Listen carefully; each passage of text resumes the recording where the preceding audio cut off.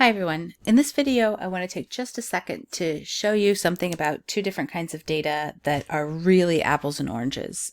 In this file, I've got data that I downloaded from the NASDAQ Composite Index that has the closing value of the NASDAQ. So the first date here is May 12th, 2015. And if I do Control and the down arrow, I can go all the way to the bottom of the data set.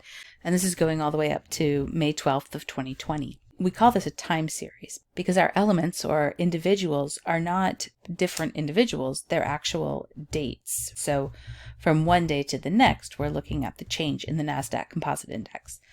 And that's just sort of a wholly different thing than what you would get in some kind of observational study or experiment where you'd get a cross-sectional type of data. So let me take you to an example of that.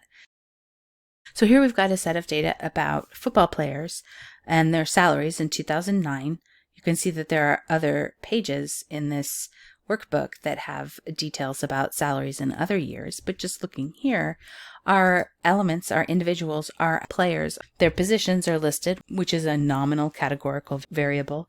Their base salary is listed. That would be a ratio quantitative variable.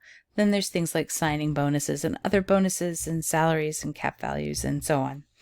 But this is not a time series because our individuals in this data set are not times and dates. And that's in contrast to the other set of data that we were just looking at, the NASDAQ Composite Index closing values for the last 5 years, which is not a snapshot taken in time, like say in 2009, but rather it's a comparison of snapshots taken every day over a long period of time. So again, this is called time series data. This is called cross-sectional data.